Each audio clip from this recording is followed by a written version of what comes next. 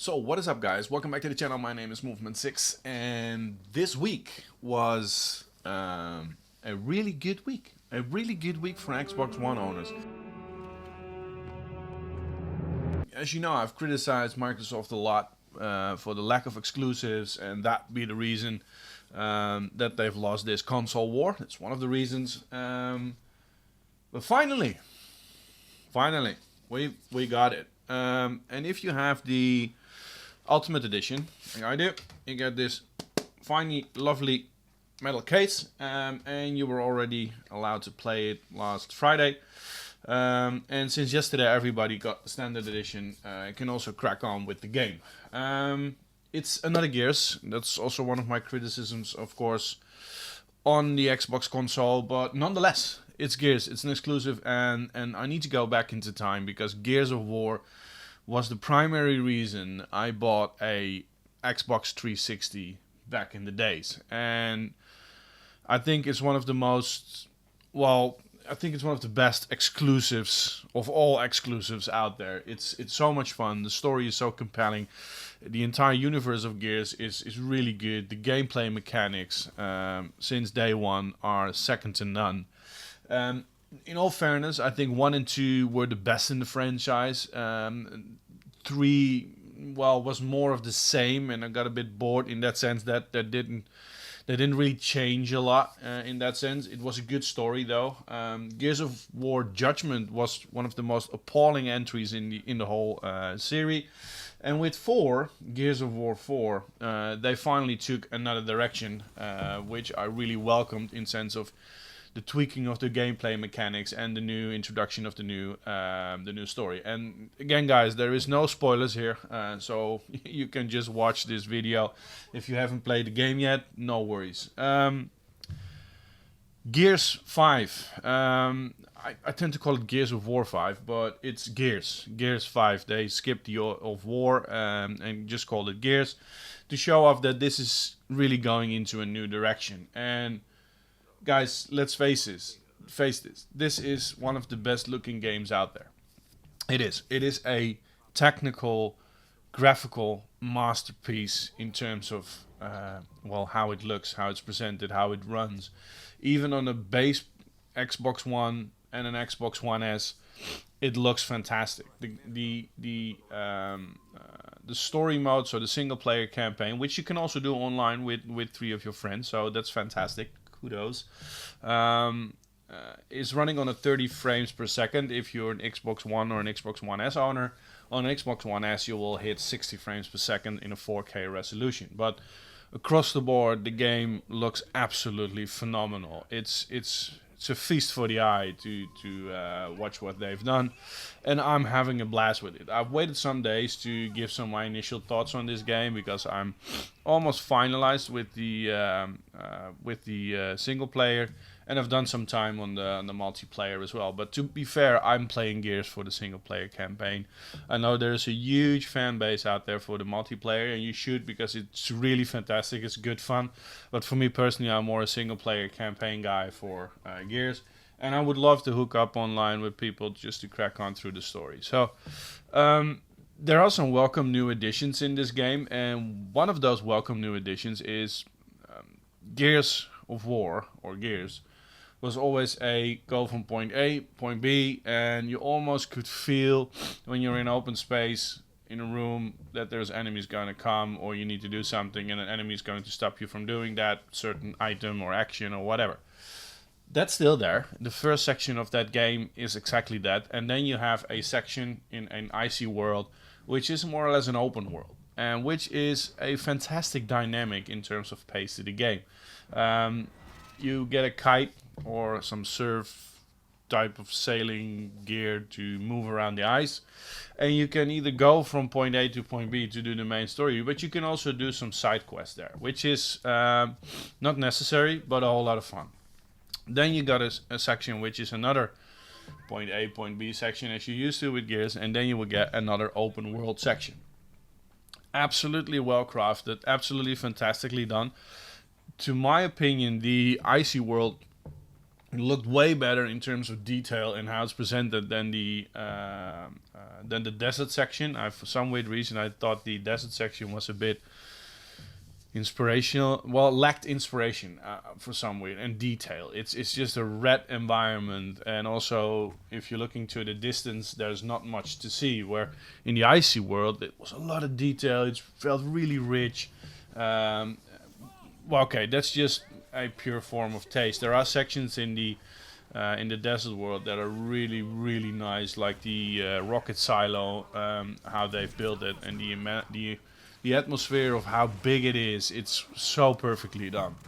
The gameplay mechanics are now being welcomed with a new character that's introduced. It's Jack. It's a robot you carry that flies with you the entire campaign. And I must say, it's so fantastically crafted how you can utilize him for extra abilities like cloaking or electric traps. You can even hack into the brains of the enemy to make sure that he is going to attack their own kind, right? So it gives a real depth to the whole. It gives a new layer of depth to the gameplay and how you can address certain situations. So I think it's fantastically done.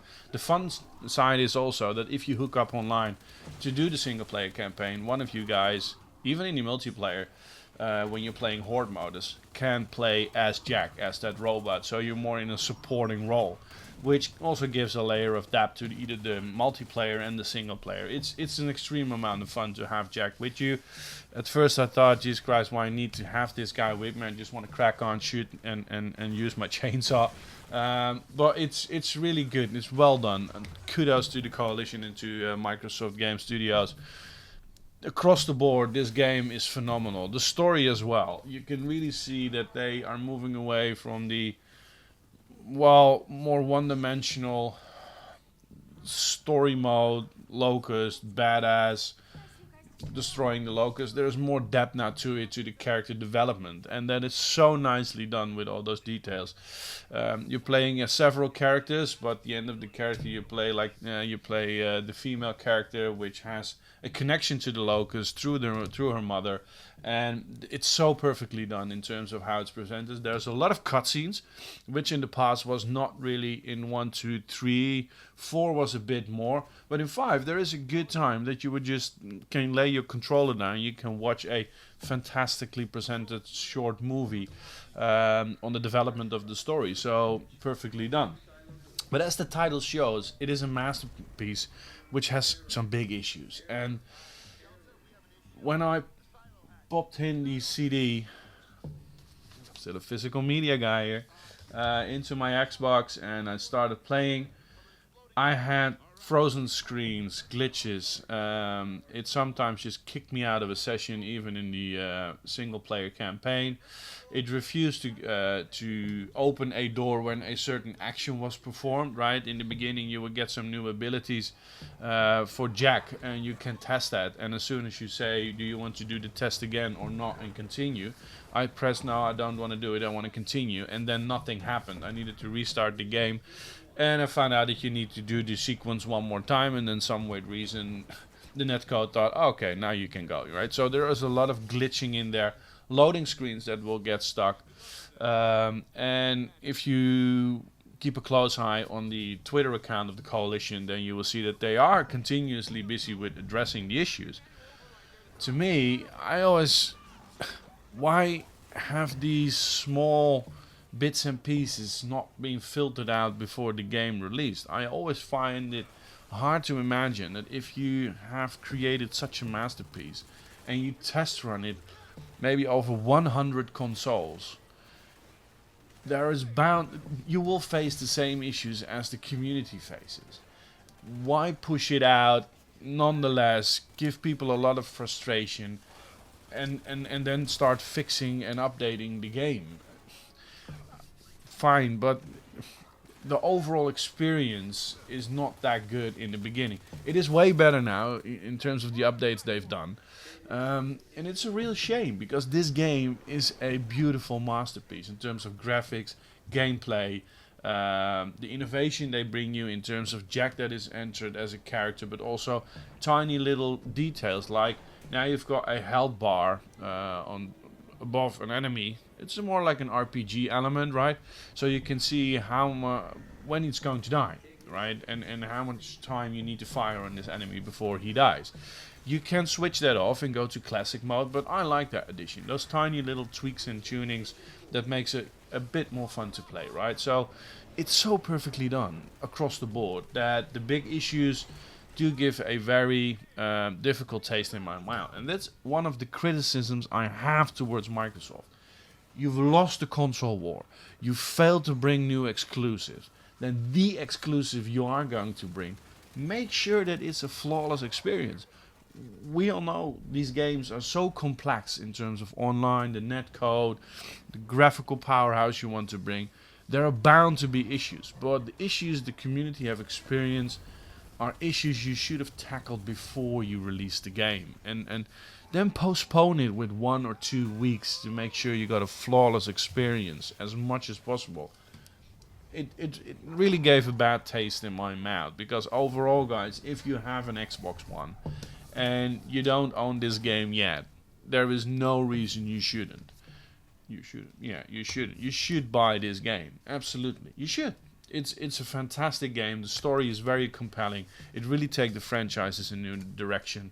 And to me, the game will get, for now, an 8 out of 10. And that's due to the technical issues I've experienced. If the technical issues were a lot less, it can even get a 9 or maybe even 10 out of 10. This game is fantastic. It's phenomenal. So guys, if you've got an Xbox One, let me know. Do you play this game? What's your feeling about it? Do you play the online, play the multiplayer, single player? What do you do with it? I think it's one of the best games of this generation, and you should play it. As you can see maybe in the background, we already have boxes piled up. We're going to move.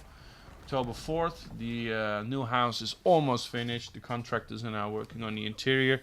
Can't wait to show you some updates on that. I will finalize in this studio with one more movement sessions in the coming few days. Some techno for your ass when you're gaming. And for now, Movement 6 out. I'm going to play Rainbow Six, the new Ember Rise, tonight. Movement 6 out, back to the madness. Punch it! No! Dave's still out there! Who gives a shit? He's a robot! That's not his fault!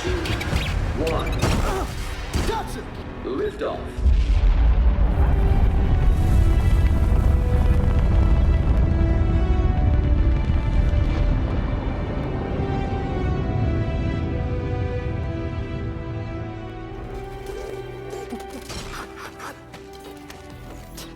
Unbelievable.